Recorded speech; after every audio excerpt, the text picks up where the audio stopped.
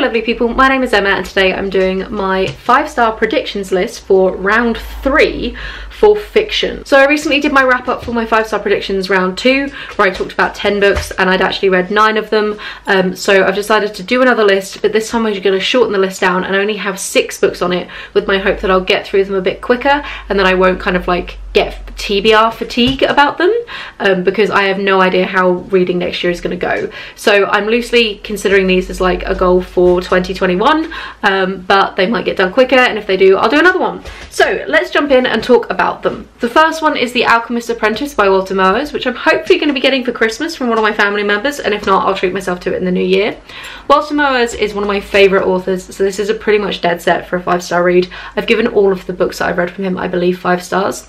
He is kind of an absurdist fantasy writer who writes things in his world of Zamonia, so this will be book 4 that I've read, but it's kind of it's confusing where it sits in the series because he writes they're translated fiction. He's a German writer and not all of them have been translated. He does really funky, quirky, weird stuff, and I generally really enjoy his writing. They're fairly chunky books, and I don't even know exactly what this one's about, but I don't care because I'm gonna love it because it's Walter Moers. The next book that I think might be a 5-star read, and this one's a little bit more precarious, and that is Playback by Raymond Chandler. Raymond Chandler is an iconic crime classics writer. He writes real kind of crime noir stuff, and I've generally really enjoyed most of his books that I've read. I believe I've read 3 and I've had a good time with all of them. This one is about where he's been paid to follow a woman, and he's quite happy with that because she's very pretty, but then there's kind of a murder and all sorts of intrigue, and he's like a PI who gets hired to sort of solve all these different crimes, and he's just really, I love his writing style. His way with words is just iconic, and it's like kind of 50s stuff, so everyone's like a dame or a broad, and like it's just people smoke cigarettes and drink gin all the time, and it's just generally a really good time. I'm probably going to listen to this on audiobook because I really like the audiobook narrator that has done all of Raymond Chandler's work with Audible. I'll put it down below if I remember, but I think that this one might end up being a 5-star.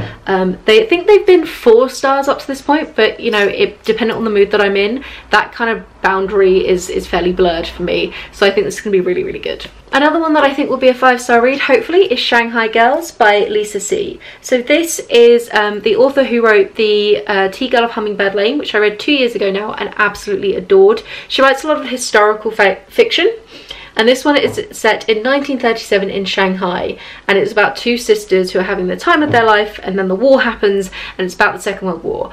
I generally really enjoy Second World War fiction as well, so I think these two combined, both Lisa C's writing and then a time period that I generally really enjoy, mean that we could have a 5-star prediction here. Fingers crossed.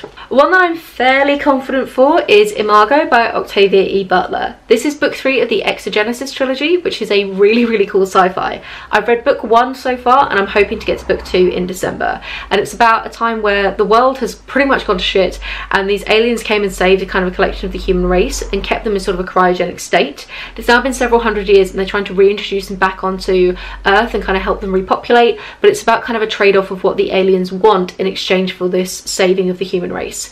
So you get some really fun, like, survivalist kind of close-knit community conversations, which I generally really enjoy, but you also get the added benefit of the world building of this really cool sci-fi alien race and just all sorts of really funky stuff with them.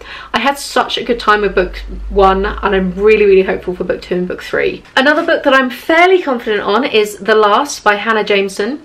This is a kind of isolated, closed circle mystery with a post-apocalyptic twist on it. It's about a guy who's in a hotel where he finds out that there has been like a nuclear attack, and basically the whole world has been kind of semi-obliterated.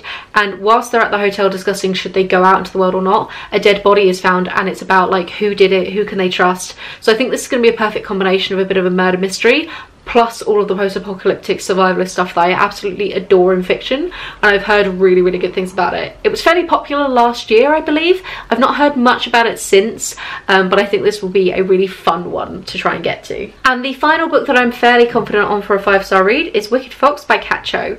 This is a paranormal romance, but what's really fun about this one is the woman is the paranormal creature, whereas a lot of the paranormal romance I read as a teenager was always the woman was the hapless human and the man was always the one who was like sort of supernatural and had all these extra strengths.